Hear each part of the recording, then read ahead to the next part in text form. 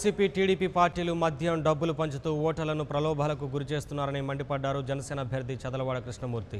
మార్పు కోరుకుంటున్న ప్రజలు వీరి ప్రలోభాలకు లొంగరన్న ఆయన జనసేన అధికారంలోకి రావడం ఖాయమని ధీమా వ్యక్తం చేస్తున్న చదలవాడ కృష్ణమూర్తితో మా ప్రతినిధి ఉమాశంకర్ ఫేస్ టు ఫేస్. ఎన్నికల సమరానికి సమయం దగ్గర పడుతున్న నేపథ్యంలో నోట్ల రాజకీయాలు తిరుపతి నియోజకవర్గంలో బాగా పెరిగిపోయిందని చెప్పుకోవచ్చు. వైకాపా టీడీపీ పార్టీల సంబంధించినటువంటి నాయకులు ఇప్పటికే కూడా ప్రజల్ని ప్రలోభ పెట్టేందుకు ఓట్లతో మద్యంతో వాళ్ళని కూడా ఆకర్షించేటువంటి ప్రయత్నం చేస్తున్నారు. జనసేన పార్టీ ఒకటే కూడా ఒక నీతివంతమైనటువంటి పాలన అందిస్తూ ఎటువంటి ప్రలోభాలకు గురి చేయకుండా ప్రజా సమస్యలే అజెండాగా ప్రజా సమస్యలు ఖచ్చితంగా తీర్చాం జనసేన పార్టీ వస్తాయని చెప్పి ఒక ఎజెండాతోనే ప్రజల్లోకి వెళ్తున్న పరిస్థితి ఉంది. అయితే తిరుపతిలో నోట్ల రాజకీయాలపై మనతో మాట్లాడడానికి తిరుపతి జనసేన అభ్యర్థి చదలవాడ కృష్ణమూర్తి గారు ఉన్నారు. వాళ్ళతో మాట్లాడే ప్రయత్నం చేద్దాం. సార్, తిరుపతిలో ప్రస్తుతం మద్యం నోట్లు ఏర్లై పారుతుంది. ఓటర్లను ఆకర్షించేందుకు ఇప్పటికే కూడా చాలా ప్రయత్నాలు చేస్తున్నారు. దీన్ని జనసేన పార్టీ తరఫున అభ్యర్థి తరఫున మీరు ఎలా చూస్తారు? జనసేన అలాంటి కార్యక్రమాలు చేయదు. ఒక మార్పు కోసం, అవినీతిని అంతం చేసేదాని కోసం వచ్చినటువంటి పార్టీ అది. ప్రలోభాలకి ప్రజల్ని లోబర్చుకొని పనిచేసి ఓటు అడుగుతాం. వాళ్ళకి, వాళ్ళ కుటుంబాలకి, వాళ్ళ బిడ్డలకి జరగాల్సిన కార్యక్రమాలు జరిపి ఓటు అడిగేటటువంటి పార్టీ ఇది.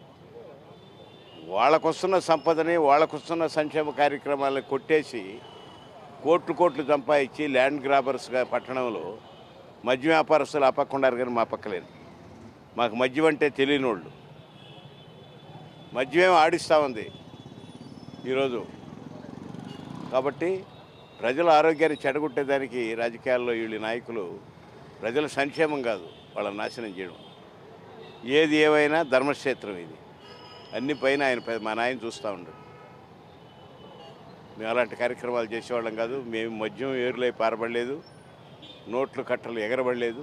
ఎగరతా ఉంటే ఎగరనిండి పాపం అందనిండి అందరికీ. వాళ్ళదే కదా, ఏమన్నా వాళ్ళ ఇళ్ళ కాడిని తెచ్చారా అభ్యర్థులు ఇద్దరు? వాళ్ళకు వచ్చిన సంపదలో కొట్టేసిన వాళ్ళే కదా. ఎగరనిండి పాపం వాళ్ళ కోసం. ఎవరికి అందాలను వాళ్ళకి అందితే మంచిది. నేను కూడా చెప్తున్నా, ఇంకా ఇవ్వండి అని. మద్యం మాత్రం ఇవ్వకండి. వాళ్ళకంతా బిడ్డలు ఉన్నారు, కుటుంబాలు ఉన్నాయి, ఇబ్బంది వస్తుంది వాళ్ళకి. అలాగే తిరుపతి ఎంపీ అభ్యర్థి మనతో పాటు శ్రీహర్రావు గారు ఉన్నారు. సార్, మీరు ప్రాతినిధ్యం ఇప్పుడు బరిలో ఉన్నటువంటి 7 నియోజకవర్గాల్లో కూడా దాదాపు వేలాది రూపాయలు కూడా ఇప్పటికే ఓటర్లకు ఇచ్చి ప్రలోభపడేటువంటి ప్రయత్నం చేస్తున్నారు. దీన్ని మీరు ఎలా చూస్తారు? మేము దీన్ని తీవ్రంగా ఖండిస్తున్నాం. ఈ ప్రలోభాలు పెట్టి కానీ ప్రజలైతే ఈరోజు ధనం వీటి కోసం అయితే లేదు, మార్పు కోసం పనిచేస్తూ ఉన్నారు. మేము స్వచ్ఛందంగా చెప్తా ఉన్నాం. ఈరోజు ఏదైతే పవన్ కళ్యాణ్ గారు చెప్పారో ఆ మార్గంలో మేమైతే ధనం పంచము, ఓటర్లకైతే ఎవరికి ₹1 కూడా ఇవ్వమని చెప్పని మీరంతా కూడా విజ్ఞతతోటి ఎవరైతే మన రాష్ట్ర మార్పు కోసం, మంచితనం కోసం, ఉజ్వల భవిష్యత్తు కోసం పనిచేస్తున్నారో వాళ్ళకి మాత్రం ఓట్లు వేయాలి. అంతేగాని కేవలం మద్యం కోసం, ధనం కోసం ఓట్లు వేస్తే రేపు రాబోయేటువంటి భావితరాల వారికి మీరు బాధ్యులు అవుతారని చెప్పని తెలియజేస్తున్నాను. ఈరోజు పవన్ కళ్యాణ్ గారు ఒక ఆశయంతో ముందుకు వచ్చారు.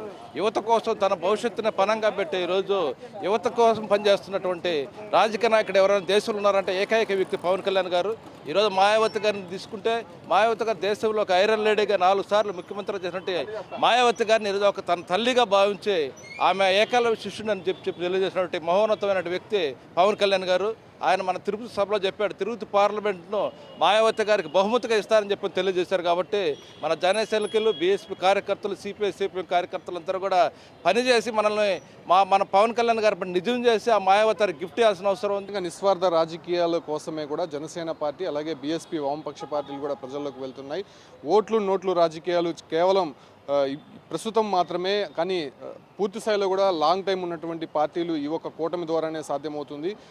ఏపీలో ఖచ్చితంగా జనసేన కూటమి ఏదైతే ఉందో అది ఖచ్చితంగా విజయం సాధిస్తుంది. రాబోయే రోజుల్లో కూడా ప్రజా సమస్యలపైన పోరాటటువంటి పార్టీలు ఏవైతే ఉన్నాయో ఈ ఒక జనసేన, బీఎస్పీ, వామపక్ష పార్టీలే అని చెప్పి కూడా స్పష్టం చేస్తున్నారు. ఎన్ని ప్రలోభాలు గురి చేసినప్పటికీ కూడా ప్రజల మధ్యలో ఖచ్చితంగా పవన్ కళ్యాణ్ ఆశయాలు ఉన్నాయి. రాబోయే రోజుల్లో కూడా పవన్ కళ్యాణ్ ముఖ్యమంత్రి అవ్వడం ఖాయమని చెప్పి కూడా చెప్తున్నారు. అదేవిధంగా మాయావతి స్ఫూర్తితో వచ్చినటువంటి ఒక పవన్ కళ్యాణ్ ఆమె ప్రధాని చేసేటువంటి అవకాశం కూడా ఉండడంతో వీరు ఇరువురు దేశంలో ఒక కీలక పాత్ర పోషిస్తారు, ప్రజా సమస్యలపైన పోరాటాలని చెప్పి కూడా నాయకులు చెప్తున్న పరిస్థితి. వీడియో జర్నలిస్ట్ మనీతో Umashankar, 99 news, Tirupati. For more updates, please subscribe 99 TV Telugu.